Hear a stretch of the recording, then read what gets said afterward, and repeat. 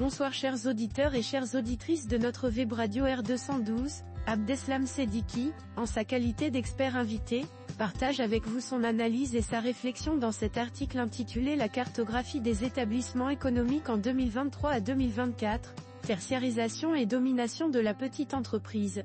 Voici ce texte en podcast pour vous. Abdeslam Seddiqui entame son exposé en insistant sur l'importance stratégique de cette étude pour le pays de la manière suivante.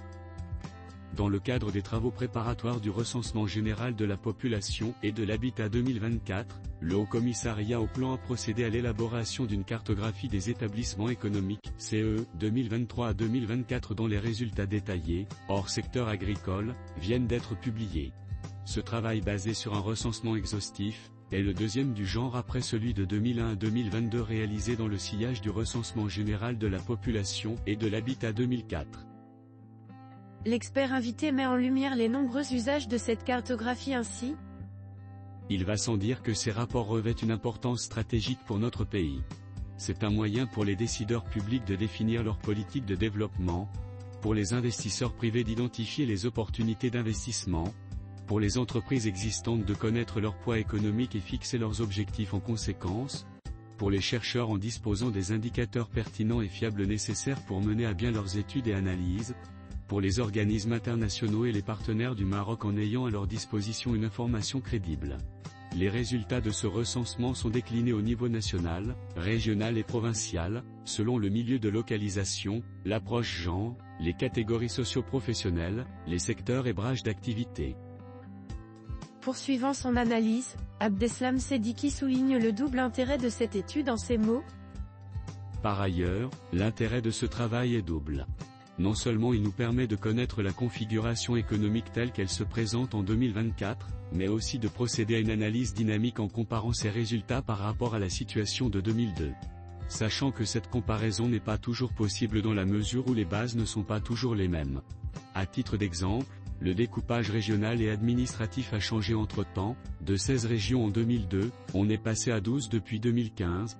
De nouvelles provinces ont vu le jour. Il en est de même de la nomenclature des activités qui diffèrent entre les deux recensements dans la mesure où certaines activités disparaissent et d'autres apparaissent conformément à la théorie schumpeterienne de la destruction créatrice. Nonobstant ces difficultés, nous procéderons, à chaque fois qu'il est possible, à la comparaison des données relatives aux deux recensements afin de mieux saisir les transformations de la société et de l'économie marocaine et de faire ressortir les facteurs de blocage et d'inertie. Notre politicien présente ensuite les chiffres clés du recensement 2023 à 2024 de cette manière. Ainsi, au cours de la période 2023 à 2024, 1 130 021 établissements économiques à but lucratif ont été recensés sur l'ensemble du territoire national, contre 751 000 en 2001 à 2002. Ces établissements ont occupé de manière permanente près de 3,6 millions de personnes, contre 2,24 millions en 2001 à 2002, soit une moyenne de 3 actifs permanents par établissement, un ratio quasiment inchangé, par rapport à 2002.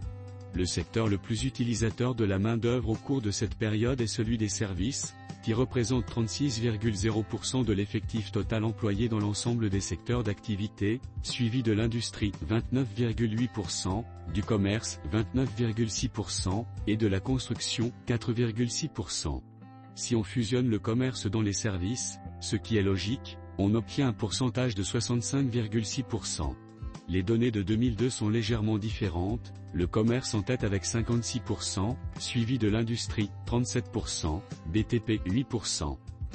Ce qui montre bien que le tissu économique n'a pas connu une grande transformation au cours des 2 dernières décennies à l'exception de l'émergence des nouveaux métiers mondiaux comme l'automobile, l'aéronautique et l'électronique. L'auteur approfondit ensuite sa réflexion sur la tertiarisation de l'économie ainsi. Tertiarisation de l'économie. On constate ainsi, une accentuation de la tertiarisation de l'économie au détriment des secteurs productifs.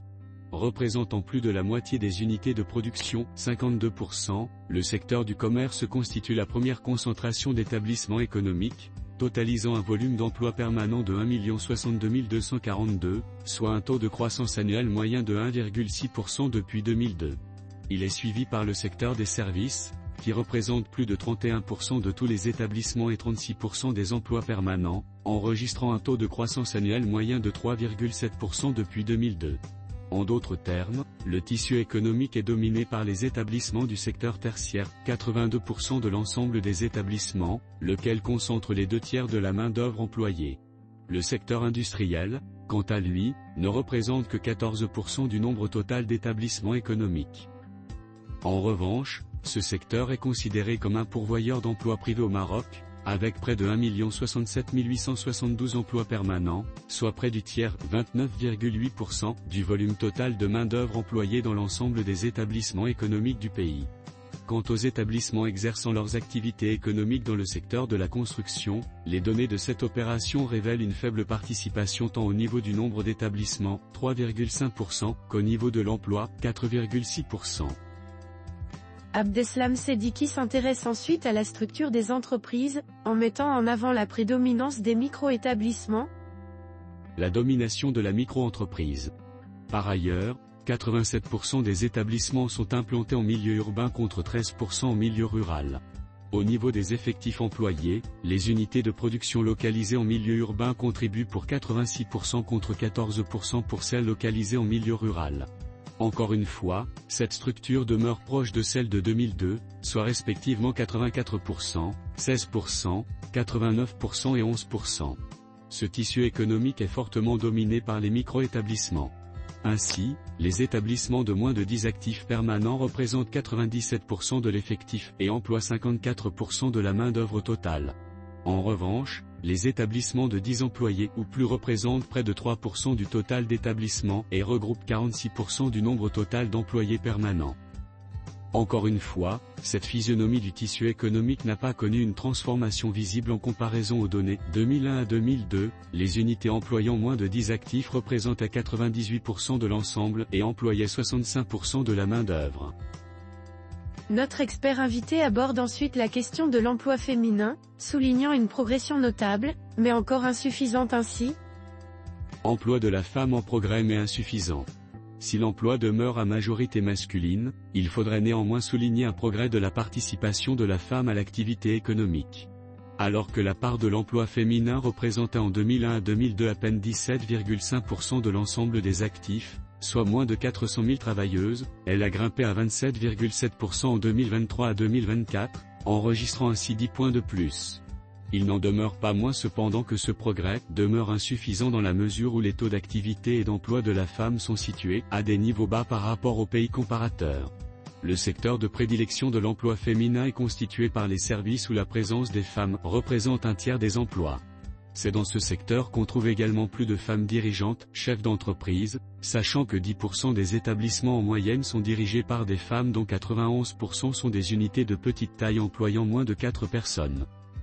La moyenne d'emploi par établissement n'est que de 2,5. Enfin, Abdeslam Seddiqui clôt son analyse en évoquant les dynamiques territoriales, en ces termes. Une dynamique territoriale limitée. Concernant enfin les dynamiques territoriales, les activités économiques ont tendance à migrer des centres traditionnels vers les centres commerciaux modernes. Par contre, les zones industrielles n'ont connu qu'une faible dynamique par rapport à 2002 dans la mesure où le lieu privilégié de la localisation de l'activité demeure le quartier urbain. Ainsi, en 2002, la nouvelle Médina abrite, à elle seule, 61% des établissements et 58% des personnes occupées. En 2024, le quartier d'habitation urbain regroupe 73% des unités économiques et 60% des emplois. Un phénomène qui saute à l'œil quand on se promène dans nos villes. Chers auditeurs et chères auditrices de la Web Radio R212, merci d'avoir été à l'écoute de ce podcast et de partager avec nous ce moment d'échange et de découverte. Votre fidélité est notre plus belle récompense. On se dit à très bientôt, si vous le voulez bien. Avec toute notre gratitude, l'équipe de R212.